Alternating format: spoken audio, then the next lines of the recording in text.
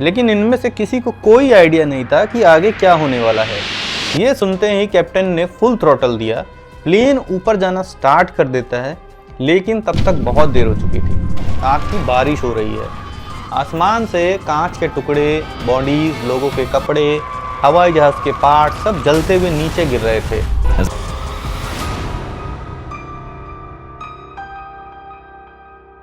तारीख थी 12 नवंबर 1996। शहर था कजाकिस्तान देश का शिमकेंट इंटरनेशनल एयरपोर्ट। यहाँ से एक non schedule chartered plane flight number 1907 take off करती है ठीक 3:55 पर दिल्ली के इंदिरा गांधी इंटरनेशनल एयरपोर्ट के लिए। ये सफ़र लगभग 3 घंटे 10 मिनट का होता है। इसमें 37 लोग सवार होते हैं। वो सब दिल्ली जा रहे थे, जिसमें 27 पैसेंजर्स और 10 क्रू मेंबर होते हैं। रिपोर्ट्स के अनुसार ये सभी टूरिस्ट होते हैं। उसी समय दिल्ली के इंदिरा गांधी इंटरनेशनल एयरपोर्ट पर एक Saudi Arabian airline flight number 763 जो सऊदी के शहर दहरान जा रहा था, वो टेक ऑफ की तैयारी कर रहा था। इस फ्लाइट में 312 लोग सवार होते हैं। इसमें 289 पैसेंजर्स और 23 क्रू मेंबर होते हैं। ये सब ब्लू कॉलर वर्कर्स थे जो सऊदी में कंस्ट्रक्शन फील्ड या डोमेस्टिक एम्प्लॉय के जैसे काम करते थे। इनमें कुछ नए भी थे जो वहाँ काम की तलाश में जा रहे थे, ताकि वो वहाँ काम कर सके और अपने घर पैसे भेज सके। लेकिन इनमें से किसी को कोई आइडिया नहीं था कि आगे क्या होने वाला है। शाम के ठीक 3:33 पर सऊदी की ये फ्लाइट दिल्ली के इंटरनेशनल एयरपोर्ट रनवे नंबर 28 से टेक ऑफ कर देती है। Air traffic controller VK Datta, उनकी ड्यूटी उस वक्त वहीं थी।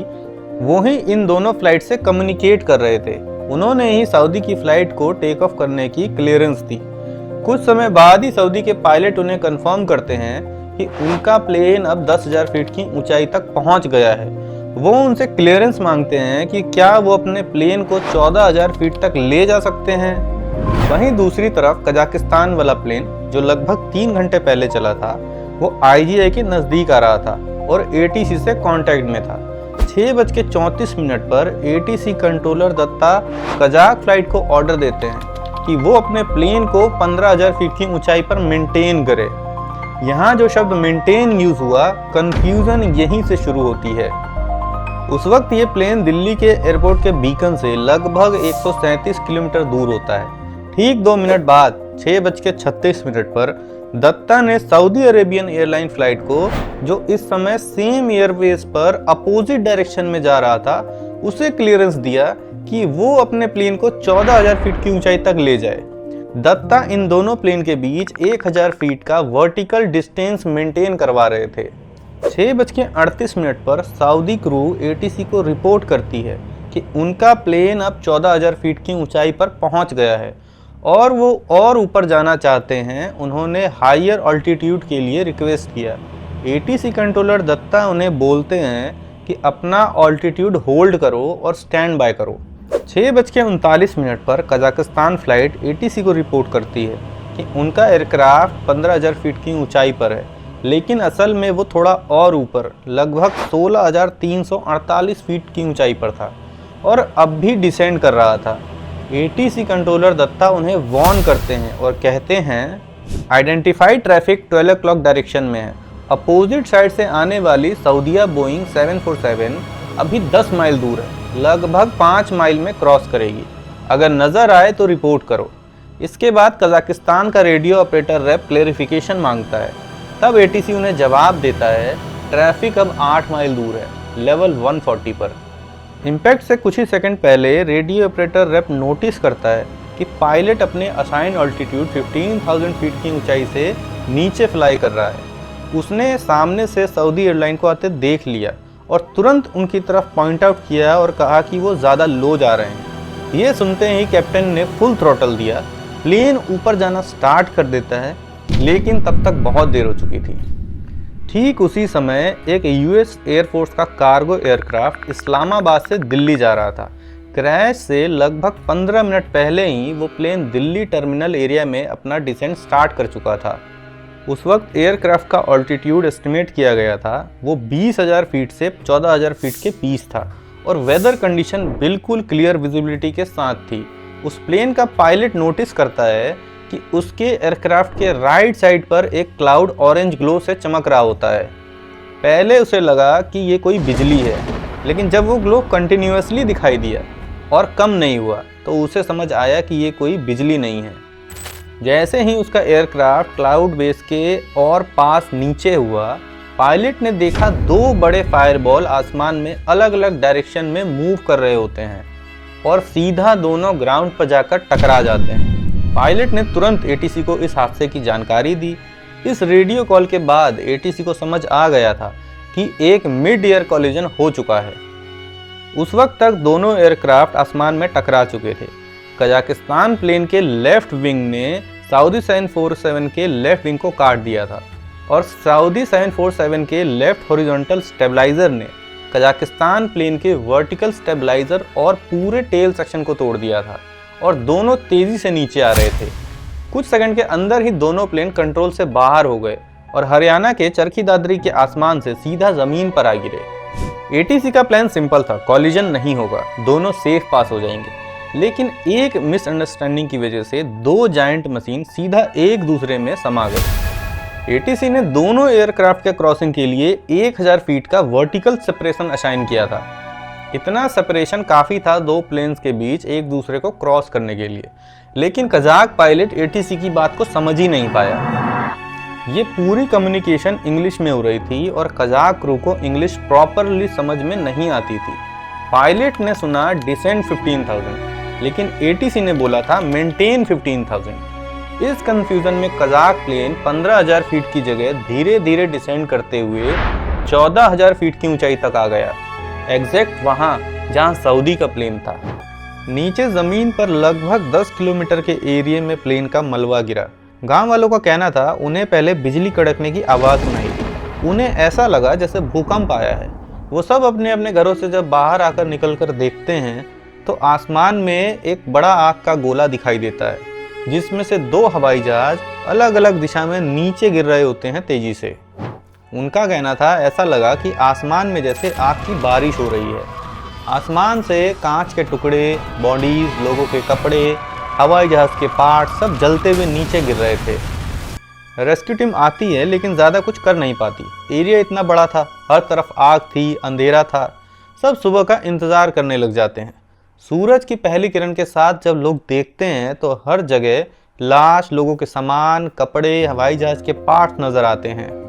ये सब लगभग 10 किलोमीटर के एरिया में गिरा था। पुलिस और गांव के लोग मिलकर रेस्क्यू में मदद करते हैं। इस कॉलिजन में कोई भी इंसान जिंदा नहीं बचा था। ये देश के इतिहास का पहला और इकलौता मिड एयर कॉलिजन बन जाता है और सबसे बड़ा डिजास्टर इंडिया की एविएशन हिस्ट्री का। अगले दिन का अखबार इस घटना की न्यूज़ से भरा था। इसमें अंदाज़ा लगाया गया था लोगों की मौत का, लेकिन जब पूरी रिपोर्ट आई तब पता चला कि 349 लोगों की मौत हुई है।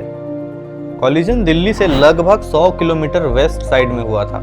सऊदी अरेबियन एयरक्राफ्ट का रैकेज हरियाणा के भिवानी डिस्ट्रिक्ट के धनी गांव के पास गिरा, जबकि कजाक एयरक्राफ्ट का डेब्रिस रोहतक डिस्ट्रिक्ट के बहरौर गांव के पास क्रैश हुआ। डीजीसीए द्वारा अगस्त 1997 में पब्लिकली इस रिपोर्ट को रिलीज किया गया। इस क्रैश का इन्वेस्टिगेशन लाहौती कमीशन ने की थी, जिसके हेड थे उस वक्त के दिल्ली हाई कोर्ट के जज रमेश चंद्रा लाहौती। कमीशन ने एटीसी और दोनों एयरलाइन कजाकिस्तान एयरलाइन और सऊदी अरेबियन एयरलाइन से पूरी डिपोजिशन ली। दोनों एयरक्राफ्ट के फ्लाइट डेटा रिकॉर्डर्स को डिकोड किया गया। कजाकिस्तान एयरलाइन का एफडीआर मॉस्को में और सऊदी का एफडीआर इंग्लैंड में एयर क्रैश इन्वेस्टिगेटर के सुपरविजन में डिकोड हुआ।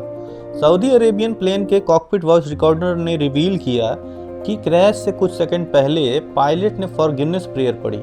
ये उनकी ज़िंदगी के आखिरी मोमेंट थे जहां उन्हें समझ आ गया था कि इम्पैक्ट अब अनअवॉइडेबल है। फाइनल रिपोर्ट के हिसाब से क्रैश का मेन रीज़न था कजाकिस्तान फ्लाइट 1907 के पायलट्स का एटीसी के इंस्ट्रक्शन को फॉलो ना करना, चाहे वो बैड वेदर की वजह से हुआ हो या कम्युनिकेशन प्रॉब्लम की वजह से। कमीशन ने कंक्लूड किया कि एक्सीडेंट कजाकिस्तान एयरलाइन के क्रू की गलती से हुआ। एफडीआर के एविडेंस ने बताया कि उन्होंने अपना असाइन अल्टीट्यूड 15,000 फीट को छोड़कर पहले 14,500 तक डिसेंड किया, फिर 14,000 फीट तक आए और फिर उसके भी नीचे चले गए। रिपोर्ट ने यह भी कहा कि ये सीरियस रूल वायोलेशन उनके इंग्लिश लैंग्वेज को ना समझ पाने की वजह से हुआ। कजाक क्रू एटीसी के साथ कम्युनिकेशन के लिए पूरी तरह रेडियो ऑपरेटर रैप पर डिपेंडेंट था।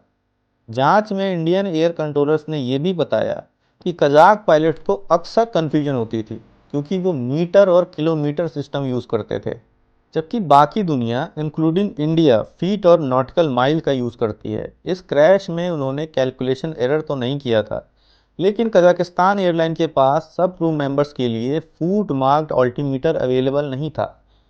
उनके पास सफिशिएंट इक्विपमेंट भी नहीं थे। रैप जो रेडियो ऑपरेटर था उसके पास अपना फ्लाइट इंस्ट्रूमेंट भी नहीं था। वो सिर्फ पायलट के शोल्डर के ऊपर से रीडिंग देखता था, जिसकी वजह से उसकी सिचुएशनल अवेयरनेस भी लिमिटेड थी। हालांकि इस रिपोर्ट को कजाक ऑफिशियल ने मानने से इनकार कर दिया। उनका कहना था कि ये मिसअंडरस्टैंडिंग इम्पॉसिबल है, क्योंकि उनके रिकॉर्ड के हिसाब से उनके पायलट्स को इंग्लिश अच्छे से आती थी। उनका तो ये भी कहना था कि उनके पायलट दूसरे क्रू मेंबर को इंग्लिश सिखाते भी थे। उन्होंने कहा कि प्लेन ने डिसेंट किया था क्योंकि वो टर्बुलेंस और क्लाउड के बीच स्ट्रगल कर रहे थे, लेकिन इन्वेस्टिगेटर ने उनका क्लेम रिजेक्ट कर दिया। Meteorological reports, US air force star lifter crew के आई विटनेस स्टेटमेंट और टेक्निकल एनालिसिस ने प्रूव किया कि कजाक प्लेन का फ्लाइट डेटा रिकॉर्डर फॉल्टी था। इसका मतलब टर्बुलेंस थ्योरी गलत थी। इन्वेस्टिगेशन टीम ने यह भी नोटिस किया कि उस वक्त इंदिरा गांधी इंटरनेशनल एयरपोर्ट पर सेकेंडरी सर्विलेंस रडार नहीं था। सेकेंडरी रडार सिस्टम वो होता है जो एयरक्राफ्ट के ट्रांसपोंडर सिग्नल रीड करके उसकी आइडेंटिटी और ऑल्टीट्यूड का एक्यूरेट डेटा दिखाता है। लेकिन उस टाइम दिल्ली एयरपोर्ट के पास सिर्फ प्राइमरी रडार था जो सिर्फ डिस्टेंस और डायरेक्शन बताता था, लेकिन एयरक्राफ्ट कितनी ऊंचाई पर है ये नहीं दिखाता था। इसके अलावा इन्वेस्टिगेशन में ये भी पता चला कि डिपार्चर और अराइवल्स दोनों फ्लाइट एक ही एयर कॉरिडोर को शेयर करते थे, यानी जो प्लेन दिल्ली से ऊपर जा रहा था और जो प्लेन नीचे आ रहा था, दोनों एक ही फ्लाइट पाथ का यूज़ कर रहे थे। बाकी दुनिया के एयरपोर्ट्स पर अलग अलग कॉरिडोर होते थे, एक डिपार्चर के लिए और एक अराइवल के लिए, लेकिन 1996 में दिल्ली के आसपास का एयर स्पेस इंडियन एयरफोर्स के कंट्रोल में था, इसीलिए सिविलियन एयरक्राफ्ट के लिए सिर्फ एक ही कॉरिडोर अवेलेबल था। और सबसे बड़ी बात, दोनों प्लेन्स के पास ट्रैफिक कॉलिजन अवॉइडेंस सिस्टम नहीं था। अगर ये सिस्टम इंस्टॉल्ड होता तो वो दोनों क्रू मेंबर्स को अलर्ट कर देता जब दोनों प्लेन्स एक डेंजरस डिस्टेंस पर आ रहे थे। इस इंसिडेंट ने पूरी एविएशन हिस्ट्री को बदल दिया। उसके बाद कई सारे बदलाव किए गए। इंडिया ने कॉलिजन अवॉइडेंस सिस्टम को हर कमर्शियल प्लेन के लिए मैंडेटरी कर दिया। हर कमर्शियल प्लेन में एंटी कॉलिजन अलर्ट सिस्टम लगाया गया। दिल्ली एयर स्पेस को रीडिज़ाइन किया गया, ऊपर और नीचे अलग अलग कॉरिडोर बनाए गए। पायलट्स के लिए इंग्लिश कम्युनिकेशन मैंडेटरी स्ट्रिक्ट बनाया गया। एटीसी रडार और मॉनिटरिंग सिस्टम अपग्रेड हुए। ये क्रैश एक ट्रेजेडी थी, लेकिन इसने फ्यूचर के हज़ारों एक्सीडेंट को भी रोक दिया। एक गलती, एक मिसअंडरस्टैंडिंग और 349 लोग